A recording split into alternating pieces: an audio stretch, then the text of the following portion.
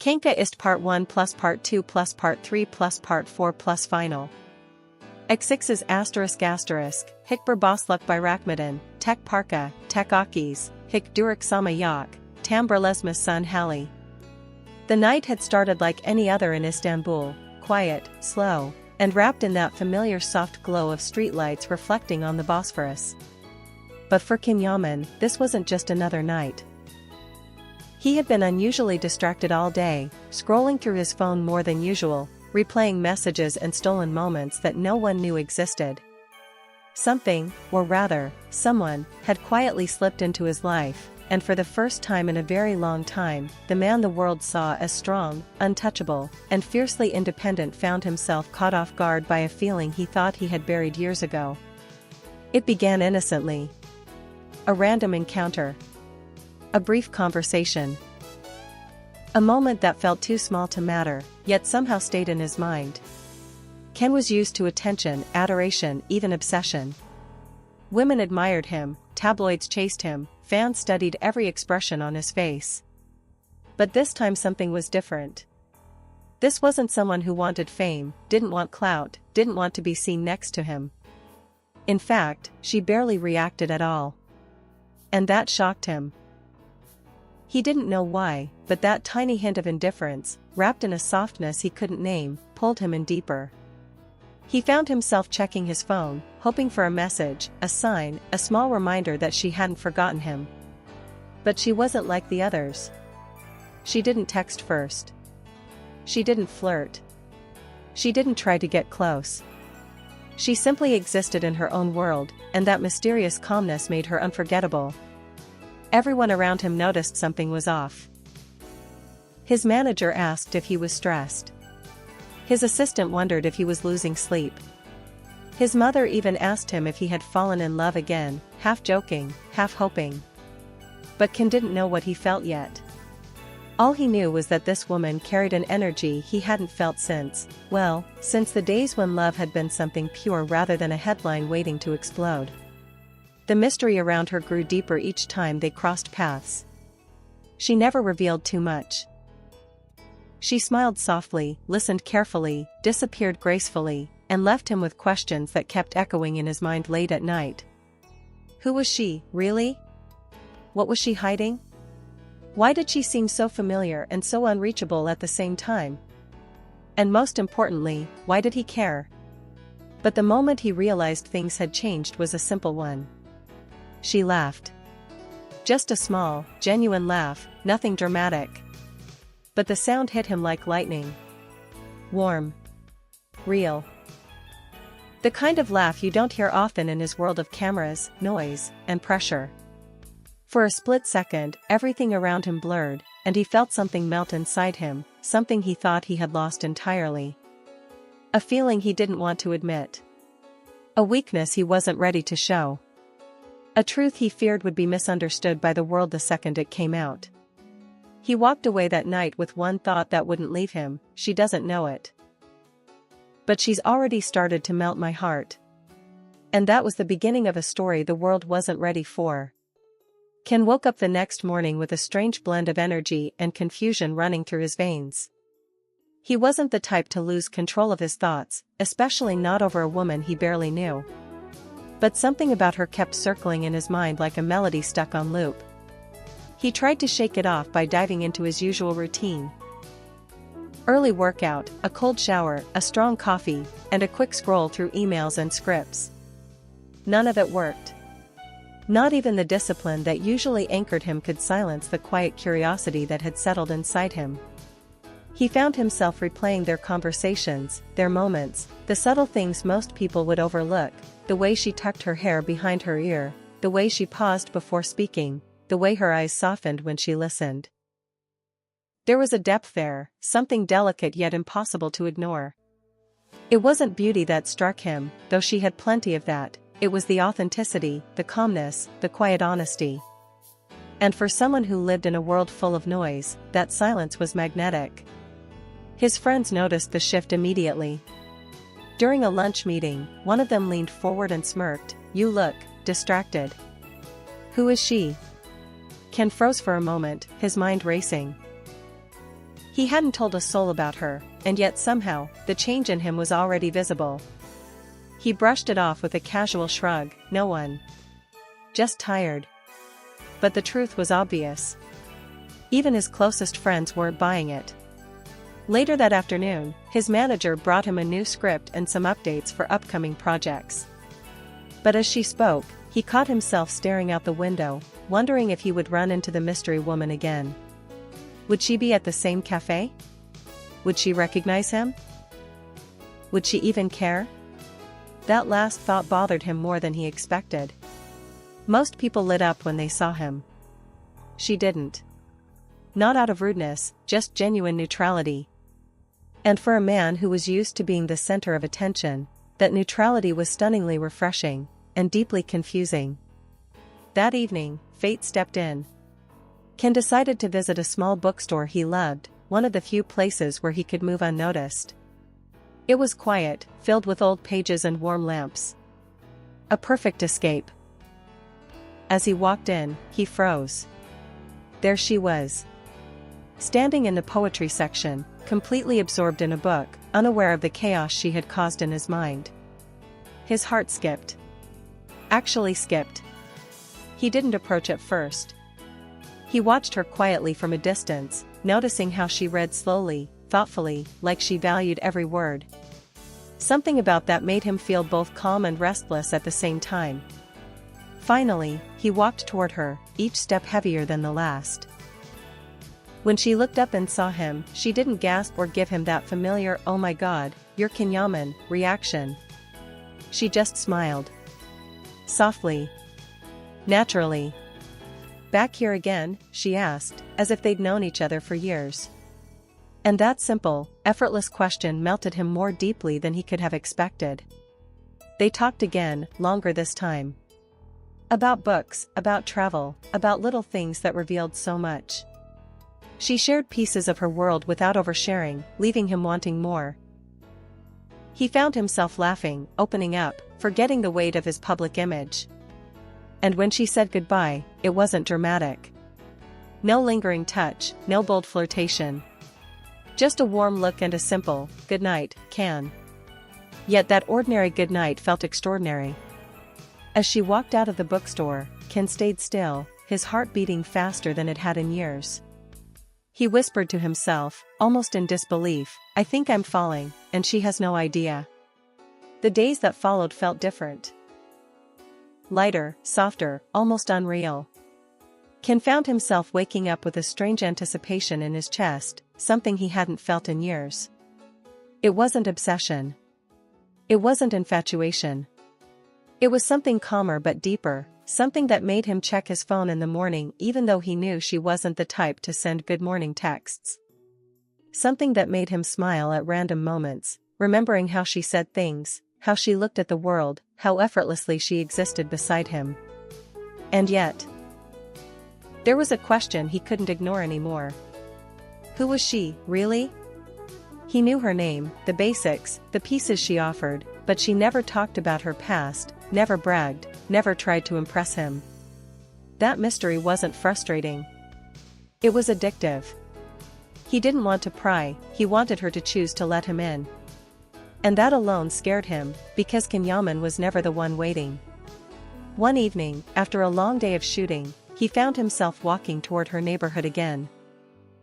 Not on purpose, at least that's what he kept telling himself. Maybe he hoped he'd run into her like before. Maybe he just wanted to feel close to something that wasn't scripted or rehearsed. He wasn't sure. But his heart was painfully honest, it wanted to see her. And just as fate had done twice before, it delivered. She was sitting outside the small cafe, a book in her hand, a soft scarf wrapped around her shoulders. Her hair was messy in a way that looked accidentally perfect, and her eyes were lost in the pages, completely unaware of the storm she was causing inside him. For a moment, he just watched her. And his chest tightened.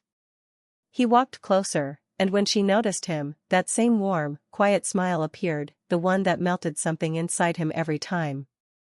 "You again," she teased gently. He sat across from her, suddenly feeling like a teenager who didn't know what to do with his hands. You make it sound like I'm stalking you, he joked. She tilted her head. Are you? He swallowed. She had a way of asking simple questions that felt like truth detectors. No, he said with a small laugh. At least, not intentionally. She closed her book and leaned back slightly. Long day? Too long, he admitted. There was a moment of silence, not awkward, just peaceful. She wasn't trying to fill the space. She wasn't trying to impress him. She was simply there, present, real. And that made him feel grounded in a way nothing else did. Then something unexpected happened. A group of fans recognized him from across the street. Within seconds, whispers turned into stares, stares into excitement, and excitement into movement. Can's body tensed immediately. He hated this, when a quiet moment turned into chaos. He glanced at her, expecting discomfort, maybe panic. But she didn't flinch. She simply placed her hand gently on his arm, just for a second, and whispered, "It's okay." That tiny touch. That tiny moment. It hit him like a shock. Not because of the touch itself, but because of what it carried: calmness. Understanding. Zero judgment. Zero fear. Zero expectation. She didn't move away from him. She didn't look embarrassed to be seen with him. She didn't act starstruck. She simply grounded him. He stood to greet the fans politely. Took photos. Signed a few things. Tried to stay calm.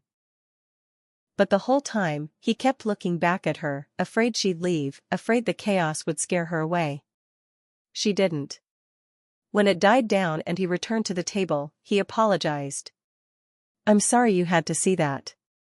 She looked at him with soft eyes. "Can, it's your life. I'm not scared of it." Those words, simple, honest, shook him. Most people wanted the spotlight beside him. Most people wanted the fame. Most people ran toward the chows. She wasn't one of them. For the first time that night, he saw a vulnerability in her eyes. A softness that felt familiar. Like she, too, was hiding something. Like she, too, knew what it was like to build walls around her heart. "Can I ask you something?" he said quietly. She nodded. "Why don't you ever seem nervous around me?" She took a moment before answering. "Because you don't scare me." He blinked. "I don't?" "No," she whispered. "You just look like someone who needs someone to see him. Not the version the world sees." Her words pierced him straight through. He had never felt more exposed. Or more understood. Or more terrified of how much she could affect him. And in that moment, as she held his gaze with a softness that disarmed every defense he had spent years building, Can finally admitted the truth to himself: he wasn't just drawn to her. He was falling, fast, deeply, helplessly, and the world didn't know a thing about it. That night stayed with Ken longer than he expected. He replayed every moment, the way she touched his arm, the calm in her voice, the steadiness in her eyes. It was rare for someone to see him, not the actor, not the celebrity, but the man underneath. He lay awake staring at the ceiling, wondering how someone so unexpected could walk into his life and quietly rearrange everything inside him. By morning, he couldn't shake the feeling. He needed to see her again, not by accident, not by coincidence, not by fate, but because he wanted to. Truly wanted to. So he did something he never did: he texted first. "Coffee later? Or somewhere quieter?" He stared at the screen, regretting the message the second it sent. Too forward? Too simple? Too obvious? But within minutes, his phone lit up. "Sure. I know a place." Those 5 words hit harder than any script, any applause, any award he had ever received. They met near the river, at a small hidden spot she loved. A quiet bench under an old tree, far from crowds, far from noise, far from everything that usually surrounded his life. She came with her hair slightly undone, her sweater too big, her smile soft and warm. There was no makeup, no effort, no performance. Just her. You look tired, she said gently. He sat beside her. Didn't sleep much. Work? He hesitated. Not exactly.